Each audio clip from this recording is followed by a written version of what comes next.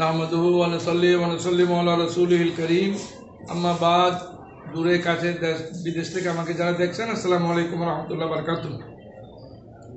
রমজানে শুনেছি প্রতিদিন রোজার নিয়ত করতে হবে। এখন এটা কতদূর সত্যি? হ্যাঁ, পবিত্র রমজানে 30টা রোজা ফরজ এবং প্রতিটা রমজানের জন্য নিয়ত করা 30টা, এটাও ফরজ। তাহলে রমজানের রোজার নিয়ত করতে হবে। তো নিয়ত কি? যে আপনি যখন সাহারি খাবেন মনে মনে নিয়ত করে ফেলবেন, ইনশাল্লাহ আমি আগামীকাল রোজা রাখবো, এভাবে নিয়ত করবেন। আরবিতে বললে আরবিতে করবেন, আরবিতে না বললে বাংলায় করবেন। নিয়ত না করলে কিন্তু রোজা হবে না। দিনের বেলায় আপনি দিনের 9টা 8টা বাজে 10টা বাজে আপনি নিয়ত করলেন যে আমি আজকে রোজা রাখবো, এটা কিন্তু হবে না।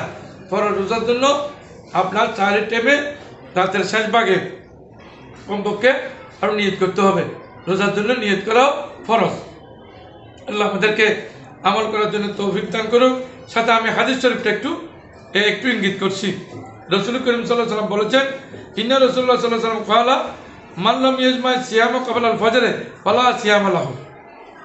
না, সকালে নিয়ত করলে হবে না, রাত্রে নিয়ত করে আপনার রোজা রাখতে হবে। ওয়া আখিরু দাওয়ানা আলহামদুলিল্লাহি রাব্বিল আলামিন।